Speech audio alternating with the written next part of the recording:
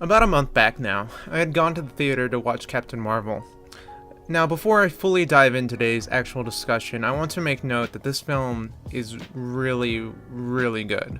Going into it, I really couldn't have been any less excited about the movie, about who Captain Marvel was. But, after watching it, I was really impressed. The trailers really didn't do this one enough justice. And if you're one of the just handful of people that still haven't seen it, I definitely recommend that you do. That being said, despite the success it's been having, I haven't been able to help but notice that the film has been receiving a lot of flack from people for its heavy-handed feminist message. I've heard many people draw criticism to this fact and how it has hurt the film and made it harder to appreciate as a result.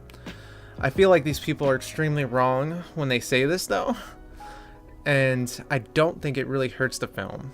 And if anything, we need this type of heavy-handed messaging, or this quote-unquote agenda, right now more than any other time in media.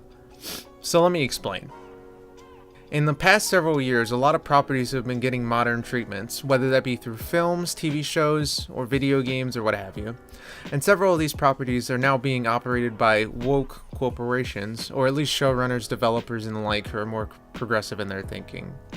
As a result, a lot of creators are trying to incorporate a more progressive message in their creation, which I've seen numerous people call out because of the heavy-handedness in these messages. I really started to take note of this though a couple years back when I stumbled across a thread online that talked about Sonic Boom, the TV show, and how in one scene Knuckles takes a minute to explain a statement about breaking gender status quos that Amy makes.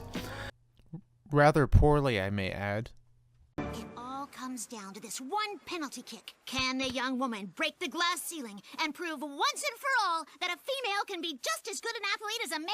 You know, Amy, anytime someone calls attention to the breaking of gender rules, it ultimately undermines the concept of gender equality by implying that this is an exception and not the status quo. What? Just because I'm a meathead doesn't mean I'm not a feminist. And that's probably one of the more on-the-nose examples, but you get the idea. This type of messaging is pretty prevalent throughout a lot of cartoons, at least as far as I've noticed. The internet being the internet, this type of messaging has received a lot of pushback for the quote-unquote agenda and its lack of subtlety, to which they draw comparisons to other types of media with more subtle messaging, like Wonder Woman, for instance. I think this is pretty bullshit, though. At least in this decade it is. If we were in a different political landscape, I may agree that this type of messaging may impact the quality of the media. The thing is, though, we're nowhere near that point yet. Unfortunately, we need this type of message to be pointed and on the nose when so many people on the other side of the argument are pushing back against these types of messages. If there's any time not to be subtle, it's definitely right now. I noticed some similar pushback happening for another Marvel film last year as well, Black Panther. A lot of people were discrediting the film as being overall mediocre, despite the film's excellent cast, its excellent direction, its black representation. There's more to a film than just its overarching plot. I think the biggest thing Black Panther excelled in that a lot of previous Marvel movies didn't was its world building and making you feel like you were in a setting that felt storied and had a lot of history and culture to it. The only other films in the MCU that come close to that is probably Guardians of the Galaxy and maybe Thor Ragnarok, and even then the world building in those felt a lot less inspired when compared to Black Panther.